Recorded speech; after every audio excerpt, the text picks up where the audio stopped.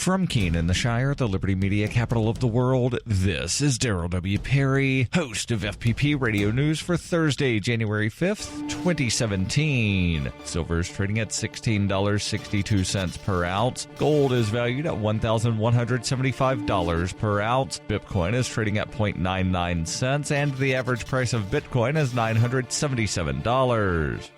Antiwar.com reports as Iraq continues to try to get their military offensive against the Islamic State-held city of Mosul going, the Pentagon has announced that the U.S. has doubled the number of advisors embedded with Iraqi troops in the area, saying there are about 450 advisors now in the fighting. Military spokesman Colonel John Dorian further confirmed that there is an unspecified but expanding number of U.S. advisors embedded inside the city of Mosul itself, where heavy fighting is constantly ongoing. Iraq claims to have about 60% control over eastern Mosul, the less populated half of the city. Despite repeated reports out of Mosul portraying the situation as non-stop fighting in the city, Dorian was quick to reiterate that none of the U.S. troops are technically involved in direct combat and are simply deployed into combat areas in support roles, which is misleading at best, as was the Pentagon's report that 4,935 U.S. troops are currently in Iraq. The number of troops officially in Iraq is a carefully negotiated figure between U.S. and Iraqi governments,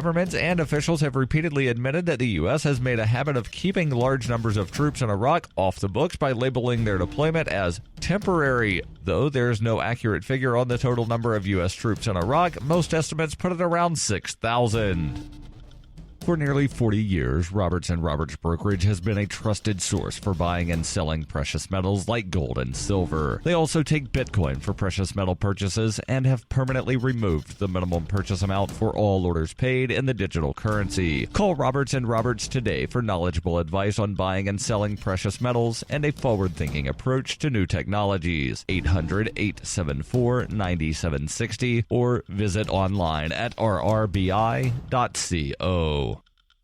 UPI reports White House Press Secretary Josh Earnest said President Barack Obama will likely transfer more inmates out of the Guantanamo Bay Detention Center, countering President-elect Donald Trump's call to end the policy. Closing the detention facility in Cuba was a promise Obama made when he took office nearly 8 years ago. Obama argued it has outlived its usefulness and is too costly to maintain, citing a $4 million cost per year per inmate. Unable to close the center due to the inability to strike a deal with Congress, Obama has instead opted to reduce the number of detainees, thereby freeing those deemed safe to release, while other inmates have been cleared for transfer to other countries. About 20 prisoners are cleared for transfer to another country, but finding a host has proved difficult. On Tuesday, Trump tweeted, "There should be no further releases from Guantanamo Bay. These are extremely dangerous people and should not be allowed back onto the battlefield." Hours later, Earnest said that he would expect at this point additional transfers before Obama ends his presidency. A report released in September said the percentage of Guantanamo detainees returning to militancy under Obama is 5.6%, which is lower than under former President George W. Bush's 21.2%. Under the Bush administration, 532 detainees were released, 113 of whom returned to militancy. Since Obama took office, at least 9 former Guantanamo detainees have returned to militancy. The Obama administration has released at least 161 detainees since 2009. Amnesty International on Tuesday wrote a letter to Obama urging the president to circumvent Congress to close the detention center.